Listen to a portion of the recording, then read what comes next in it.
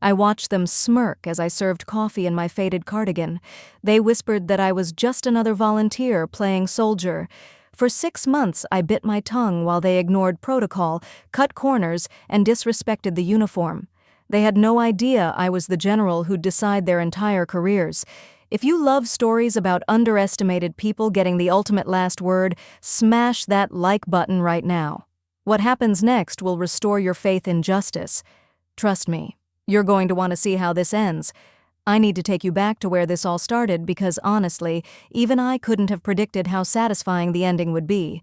My name is Sarah Patterson, and I've spent 28 years in the military. 28 years of early mornings, impossible decisions, and fighting to prove that a woman could lead just as effectively as any man. I climbed every rung of that ladder, often while people whispered I didn't belong there. So when I got the call that I'd been promoted to general, the youngest woman to ever wear 4 stars, I thought I'd finally earned the respect that came with the rank. I was wrong. Or rather, I was about to learn that respect without the visible symbols of power reveals who people truly are.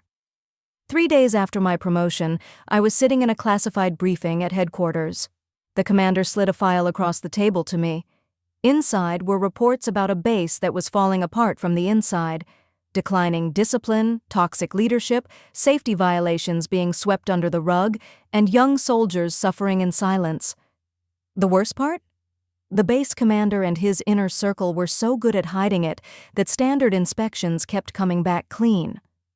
"We need someone to go in undercover," the commander said, looking directly at me. 6 months. Observe everything. Document everything. Then we clean house. That's how I found myself pulling up to Base Meridian on a cold Monday morning, wearing a cardigan my mother gave me 10 years ago, no makeup, my hair in a simple ponytail. I looked like someone's aunt who decided to volunteer out of boredom. That was exactly the point. The base commander, Colonel Marcus Brennan, didn't even stand up when I walked into his office. He glanced at me over his computer screen, his expression somewhere between bored and annoyed. "Oh, another volunteer," he said, like I was the third one that week. "Try not to get in the way. Captain Shaw will show you where you'll be working." Captain Derek Shaw was everything I expected and worse. Tall, confident in that way that comes from never being challenged, and wearing a smirk that made my jaw clench. He walked me through the building like I was invisible, talking to other officers, laughing at inside jokes, barely acknowledging my existence. When we reached a small office near the kitchens, he gestured inside. "Your kingdom," he said with a laugh. "Try to keep the coffee fresh, yeah?" I smiled politely and thanked him. Inside, I was cataloging everything. The way he spoke to enlisted personnel like they were servants, the casual disrespect in his tone, the assumption that I was too insignificant to matter. That first week, I attended a staff meeting to take notes. I sat in the corner with my notebook while they discussed training schedules and equipment maintenance. When I tried to point out a potential scheduling conflict, Captain Shaw literally held up his hand to stop me mid-sentence. "Can someone get the volunteer lady to bring more coffee?" he said, and the room erupted in laughter. I stood up, smiled, and went to make coffee. And while I poured it, I memorized every face that laughed. Every single one. Because here's what they didn't know. That volunteer lady had commanded troops in 3 combat zones. She'd made decisions that saved lives and ended threats. And now, she was about to save this base from the cancer growing inside it. They thought I was nobody. That was their first mistake. The thing about being invisible is that people forget you're even there. And when people forget you're watching, they show you exactly who they really are. My routine became almost meditative. I'd arrive at 6 in the morning before most of the officers rolled in around 7:30. I'd make coffee, organize files, sit in my little corner office, and watch. God, did I watch everything. I attended meetings where I was treated like furniture. I organized supply closets where officers would stand right outside and talk freely, as if I couldn't hear every word. I filed paperwork that told stories they thought no one would ever piece together, and what I saw made my blood run cold. During my second week, I witnessed a training exercise where basic safety protocols were completely ignored. Live ammunition drills with inadequate backstops, equipment that hadn't been properly maintained. When a young sergeant tried to voice concerns, Colonel Brennan shut him down in front of everyone. "We've been doing it this way for years. Stop being paranoid." The sergeant went quiet, but I saw the fear in his eyes. He knew something bad was going to happen. He just didn't have the rank to stop it. I documented everything in a secure, encrypted file that went straight to headquarters every night. Every conversation, every violation, every moment of negligence. But documentation felt hollow when I was watching people's lives being put at risk. The worst part? The systematic fraud. Because they gave me access to the file rooms to organize old paperwork, thinking I was too simple to understand what I was looking at. But I've read thousands of military reports in my career. I know what properly maintained equipment logs look like. I know how incident reports should be filed, and what I found was a masterclass in covering tracks. Maintenance reports that were clearly falsified, safety inspections signed off without actual inspections happening, incident reports that mysteriously disappeared before they could go up the chain of command. Then I found the letters. Hidden in a misfiled folder, there were 3 letters from concerned soldiers asking for help with harassment and toxic leadership.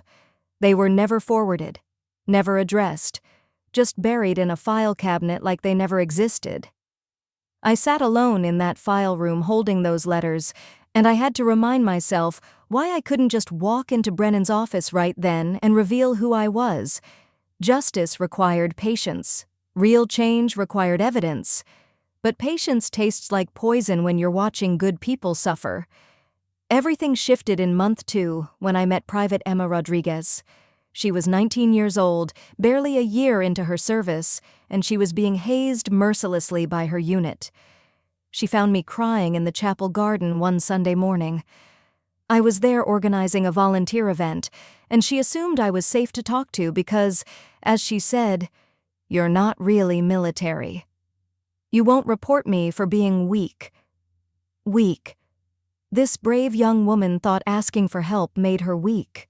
She told me everything, how she'd reported harassment and was told to toughen up, how her complaints made things worse, how she was considering going AWOL just to escape. And I had to sit there in my volunteer cardigan and carefully guide her toward help, without revealing that I had the power to end this with one phone call. I connected her with the base chaplain through proper channels. I made sure she knew she wasn't alone, but I couldn't fix it the way I wanted to. That's when Captain Shaw started watching me more closely. I'd catch him staring at me during meetings like he was trying to figure out if I was a threat. "You ask a lot of questions for a volunteer," he said one day, his tone carrying a warning. I just smiled and went back to filing paperwork.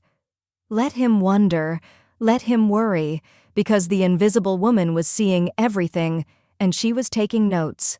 Month 5 brought the moment I'd been dreading and expecting in equal measure. The major equipment failure I'd documented, warned headquarters about, and watched them ignore, finally happened. During a routine training exercise, a transport vehicle's brakes failed completely. 3 soldiers were injured, 2 seriously.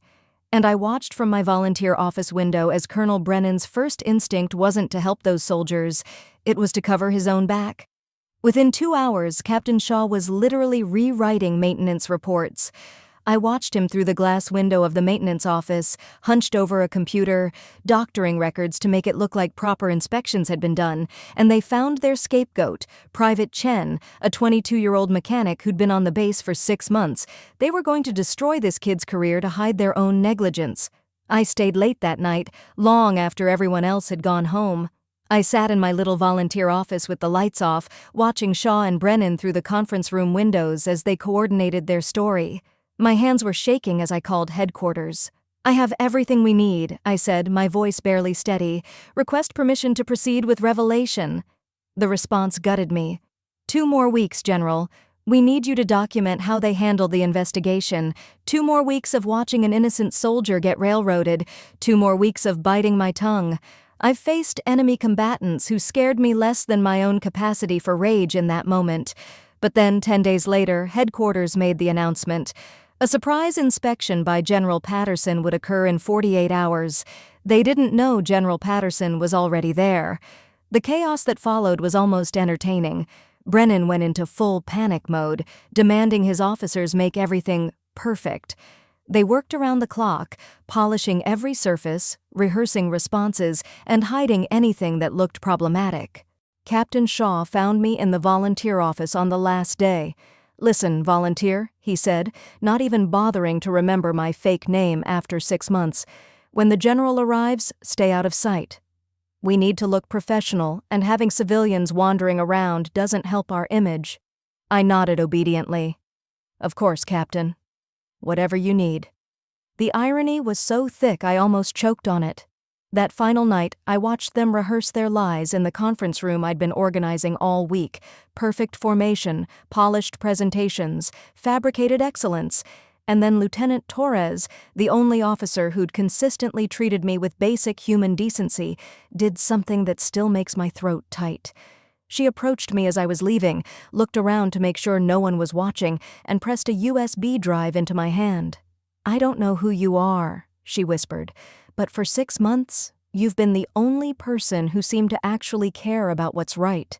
This is my documentation of everything. I don't know what you can do with it, but I trust you to try." I looked at this young officer who was risking everything to do the right thing, even though she thought she had no power. "Keep your integrity," I told her. "Sometimes the right people are watching. Sometimes justice just takes time." The next morning, inspection day arrived. I watched from my office as the base personnel lined up in perfect formation. Brennan stood at attention, looking confident. Shaw was smirking. They thought they'd fooled everyone. I walked to my car in the parking lot, popped the trunk, and began putting on my real uniform, piece by piece. 28 years of service ribbons, 4 stars on my shoulders, the general's badge they never saw coming. Time to show them who'd really been watching. The walk from the parking lot to the command building felt like it lasted both a second and a lifetime. With each step, I felt the weight of 6 months lifting off my shoulders and settling exactly where it belonged. On them. Soldiers started noticing first, their eyes going wide, hands snapping into salutes. I watched the realization spread like wildfire across the parade ground, the whispers, the double takes. And then I saw Captain Shaw through the window, his face draining of all color as recognition hit him like a freight train. When I walked through those doors in my full-dress uniform, the entire building snapped to attention. The sound of boots hitting the floor in unison was deafening, and there, at the center of it all, stood Colonel Marcus Brennan. I watched his face cycle through confusion, recognition, and then pure horror as he understood exactly what had happened. The volunteer coordinator he'd dismissed for 6 months was the general who'd been sent to decide his fate. "General Sarah Patterson," I said, my voice calm and clear, "I believe you've been expecting me." What followed was the most satisfying 2 hours of my career. Every lie I'd witnessed I addressed directly. Every falsified report I pulled from my documentation. Every soldier they'd silenced, I gave a voice. When I asked Captain Shaw to explain the maintenance reports he'd filed, his hands were literally trembling. "Because I watched you falsify them," I said, "from the volunteer office you thought was beneath your notice." The conference room, the same one I'd organized as the invisible volunteer lady, became the stage for accountability. Colonel Brennan was relieved of command immediately, pending court-martial investigation. Captain Shaw and 2 other officers were recommended for discharge. The charges were extensive: falsifying official reports, safety violations resulting in injury, toxic leadership, obstruction of justice, and conduct unbecoming. But this wasn't just about punishment. Private Chen, the young mechanic they'd tried to scapegoat, I cleared his name on the spot. The confusion and relief on his face made every difficult moment of those 6 months worth it. Lieutenant Torres, who'd shown courage when she thought she had no power, I commended officially and recommended for immediate promotion. Private Rodriguez, who'd trusted me when she had no reason to trust anyone, was transferred to a supportive unit and given the resources she needed. I gave my final address to the entire base in that same conference room. "For 6 months I was invisible to some of you," I said, looking directly at the faces that had laughed when Shaw told me to make coffee. But I saw everything. The soldiers who do things right when nobody's watching, you're the ones who make this military worth serving. Leadership isn't about the rank on your collar. It's about having integrity when you think no one important is looking. 3 months later, I received the update I'd been hoping for. Brennan was court-martialed and stripped of his rank. Shaw was dishonorably discharged. But the real victory? Lieutenant Torres, now Captain Torres, was commanding with the kind of honor that transforms culture. Private Rodriguez had become an advocate for changing toxic military environments. The base had a perfect safety record. Morale scores had gone from the bottom 10th percentile to the top 20%. That old cardigan still hangs in my office at headquarters. I keep it as a reminder that power isn't about making people know you have it. Real leadership is about protecting those who can't protect themselves. It's about paying attention when you could look away. It's about remembering that the person you dismiss today might be the one who determines your tomorrow. If this story reminded you that justice sometimes requires patience, hit that like button. Subscribe for more stories about underestimated people who prove everyone wrong.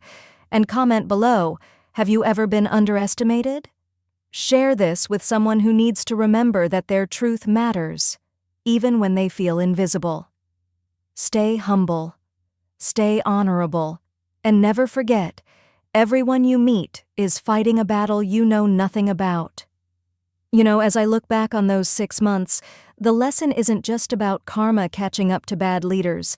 It's about something deeper, something I hope stays with you long after this video ends. Every single day, you encounter people you might be tempted to dismiss: the janitor, the receptionist, the intern, the volunteer. And in those moments, you have a choice. You can treat them with the respect every human being deserves, or you can reveal exactly who you are when you think there's no consequence for cruelty. Because here's the truth that Colonel Brennan and Captain Shaw learned the hard way: you never really know who's watching. You never really know whose path will cross yours again when the circumstances are different.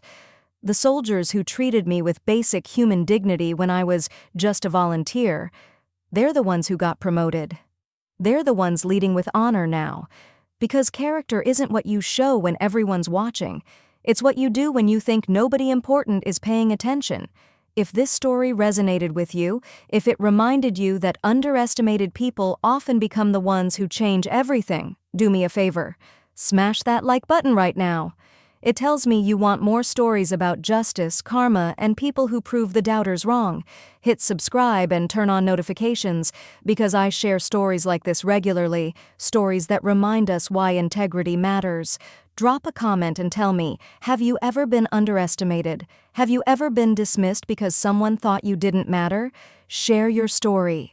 This community is built on people who understand that everyone has value, regardless of their title or position. And please, share this video with someone who needs to hear it. Maybe they're feeling invisible right now. Maybe they're in a situation where they're being disrespected or overlooked. Let them know that their story isn't over, that justice might take time, but it's worth the wait. Remember what happened in that conference room. Remember that the volunteer became the general. Remember that truth has a way of revealing itself. Stay humble, stay honorable, and treat everyone with respect, because you never know when the person serving you coffee today will be the person deciding your future tomorrow. Thank you for watching. I'll see you in the next one.